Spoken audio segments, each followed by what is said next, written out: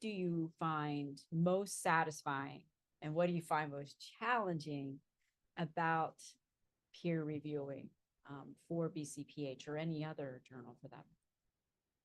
Yeah, so I review for a lot of different journals. I love reviewing manuscripts because I like to see what the new and upcoming research is and the new like intersectionality and nuances that people have in their research. I like seeing that kind of work pop up. I think the most challenging when it comes to peer reviewing is sometimes people don't understand like appropriate methodology, um, or they're flawed in their methods, or they're missing important constructs in their manuscript that really is needed to tie their whole project together. Also, the short time span that you have to review an article sometimes can be challenging with so many things going on.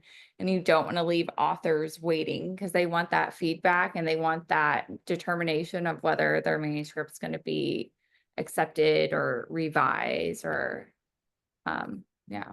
Um, I was just wondering when you look at an article, like how do you evaluate its significance? Its topics, its methods, as you work with it. Do you do a review of the literature? Do you base it on the work you're doing or those you know of your peers? First, I see if it makes any kind of significant impact in the area that they are studying. If it's something that's been done a million times, it's not providing any new information. Those I tend to recommend to reject.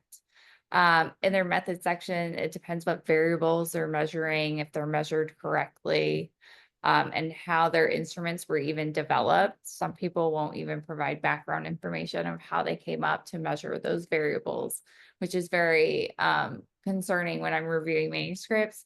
And also, if the variables aren't matching what's going on in the lit review, because if you're talking about different topics in your lit review and you're not actually measuring any of those in your actual methods, then it's like, why did you provide that information or context if it's not relative to the study? Sure, then that your feedback is constructive.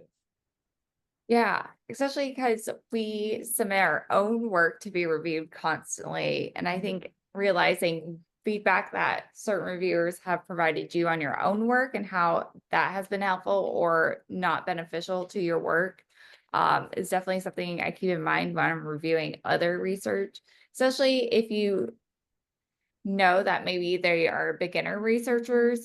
You don't want to crush their dreams, but you also want to be realistic on the quality of the manuscript that they submitted. And that could be either recommending, like I like to recommend other articles if their lit review is lacking, or I would have recommended a different methods be used if that was the case, or I'd just simply ask, like, why didn't you include these other variables if that's what you were trying to measure, or why was it not measured? I've even rejected a manuscript before because it was three authors on it and it was clear through their manuscript, which I think might go into your next question, but it was clear on their manuscript that they had research students doing the majority of work and everything and did not give those students credit on the manuscript. So I just straight rejected it. And my feedback to the author was, why were these other researchers not included if they were collecting data, analyzing the data, providing the results? You're dealing with students that are writing their first manuscripts. It's hard for them because there is no like clear guidelines and instructions on how to properly write a manuscript. Like we know the sections, but what's included in those sections can be difficult for a student, especially if they don't have proper mentorship.